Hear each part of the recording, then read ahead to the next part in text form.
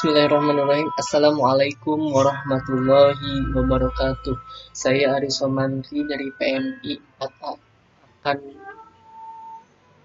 membuat monolog tentang belajar di rumah karena COVID. Bismillahirrahmanirrahim.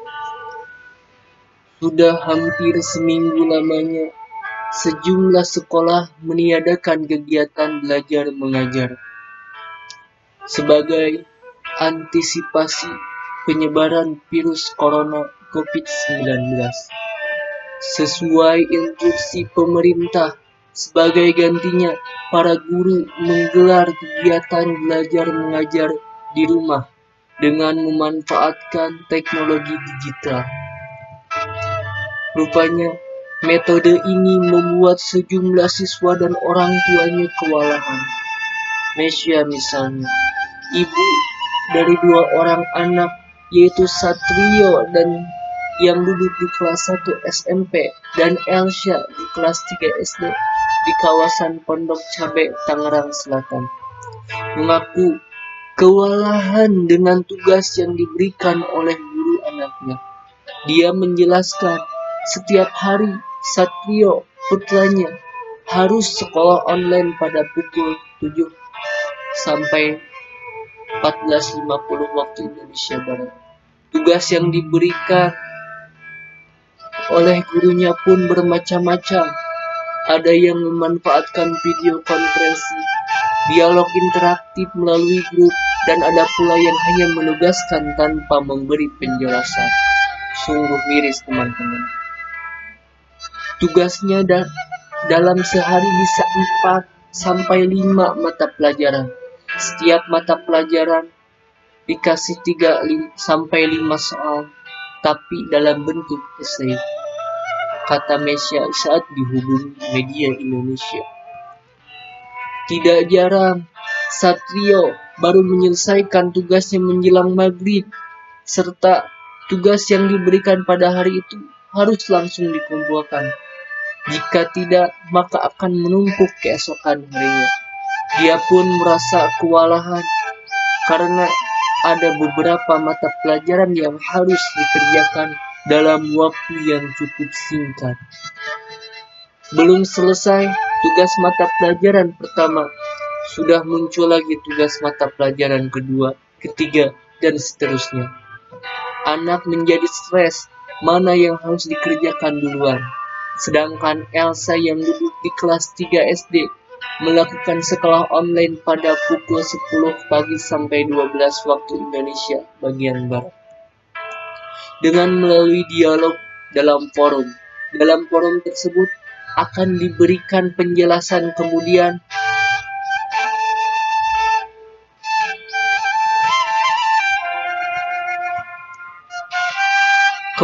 memberi tugas yang berupa soal esai. Ada pula guru yang memberikan soal multiple choice dengan menggunakan Google. Terkadang anak-anak dengan menggunakan Google terkadang anak merasa kesulitan karena sang guru justru hanya memberikan tugas tanpa memberi penjabaran. Selain tugas yang banyak dan minimnya penjelasan dari guru, siswa dan orang tua juga kerap menemui kesulitan dalam menggunakan aplikasi digital. Cara kirim soalnya ribet. Ibu-ibu di grup pada bingung karena tidak bisa kirim tugas. Banyak ibu yang tahunya cuma pakai WA group. Tidak tahu Google Classroom dan lain-lainnya, ujarnya. Mesya mengaku kerepotan untuk mendampingi anak-anaknya belajar di rumah. Sebab sebagai seorang karyawan, dia pun harus menyelesaikan pekerjaannya. Anakku yang kelas 1 SMP bilang, enaknya sekolah daripada daring. Aku lihat anak-anak stres sampai nangis. Kesulitan yang sama juga dialami oleh Indri, ibu siswi kelas 1 SD di Tangerang bernama Nana. Meski Putihnya masih mendapatkan tugas dalam batas wajar, namun Indri kerepotan mendampingi sang putri karena tugas tersebut harus dikerjakan pada sesuai jadwal. Padahal dia yang merupakan seorang karyawan juga harus mengerjakan pekerjaannya. Yang repotnya kalau orang tua sudah kerja. Sementara guru minta agar jawaban disesuaikan, misalnya jam 8 pagi mengaji, terus bikin jurnal yang repot kalau ibunya lah mantap live streaming. Jadi ibu-ibu harus mantau live streaming anak-anaknya. Kegiatan manapun harus dilaporkan setiap hari kepada sang guru dengan menggunakan Google Form. Setiap hari gurunya pantau dari jam 8 sampai 10 pagi lewat WA group.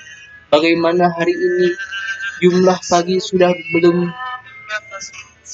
dibikin belum?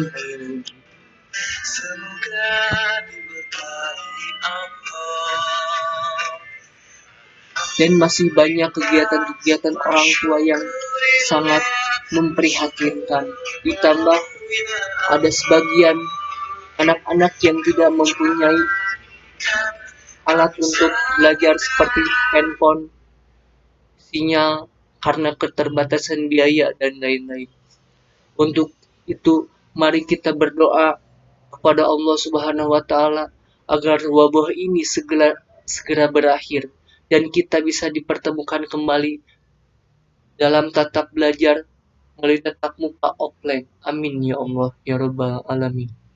Wassalamualaikum warahmatullahi wabarakatuh.